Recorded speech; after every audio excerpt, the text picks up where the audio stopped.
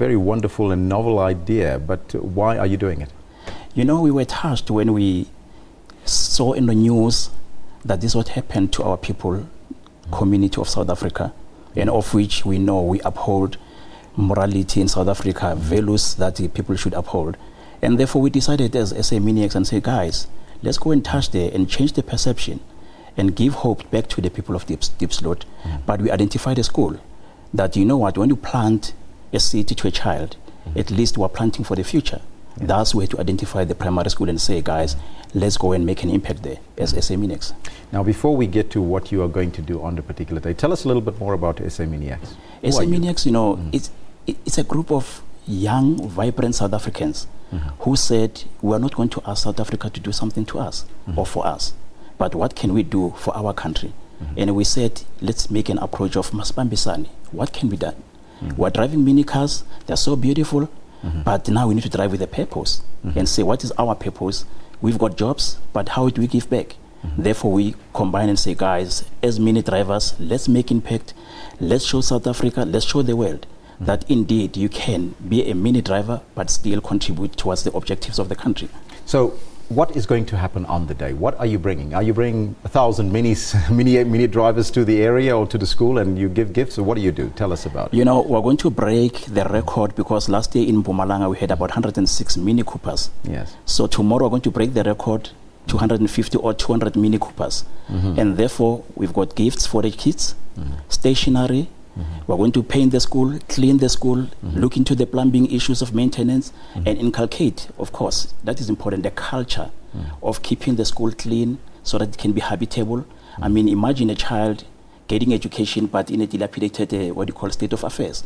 So we need to inculcate the culture of neatness and maintaining and taking care of our resources because we love them. We want to see a boy becoming a man and an ideal one in the community. My grandmother used to say, cleanliness is next to godliness, and if you don't have a proper toilet to use, it's absolutely atrocious. Definitely. So that is what you're going to do, to fix up the toilets and the bathrooms and the ablution facilities of the school, and of course give gifts. What sort of gifts are we talking about, and how many kids are you envisaging giving these gifts to?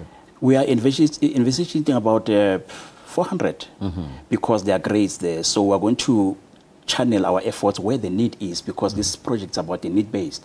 And we are focusing on issues like stationery. Our children are going to schools without stationery, but we expect them to be educated. Yes. So we are going to make sure that they've got stationery, they've got shoes, proper shoes. We don't want to see our kids going to school without a proper uniform because dress code, it's important for a child to feel nice and say, you know what, I'm a student. When I'm wearing this uniform of this school, I'm prouding myself. And they must wear with pride. So we need to inculcate that culture. That's why we're bringing professionals who were there. We were students before, we were children before. Yes. Therefore, we're going to do such things. Even games that we know our kids today, they don't play games. We're going to bring all those old games and play with them. So you're going to have traditional games on the day as well. That sounds absolutely fantastic. You know, those games, body beke, scope the helele, scope the ball. We're going to do those things and bring back, and skip rope and all these things. You know, my brother, because our children nowadays don't know these things. And those are the issues that were uniting us as children so that we can be focused on education and also playing. Now, all of this comes out of the pockets of your own pockets. It's private pockets. It's got nothing to do with other people sponsoring you. So that's a very novel idea as well. It's a novel idea because initially we started from our own pockets and say, what can I do? With the little amount that I'm getting my salary, let me compromise. And gradually we're going to attract sponsors. And some have already came on board and say, social responsibility, guys are on board, let's collaborate. And we want to attract more business that let us not just look into business in that context, but let's also look into giving to the community. What impact can the business do? So that our people should know that we are one in South Africa, whether you're in business, whether you're in education, whatever, but we are one. And how do people contribute if they want to do that? We are going to try to make some meetings and also set up a web page and try to make sure that we market ourselves extensively so that all the role players, all the interested parties can also come on board.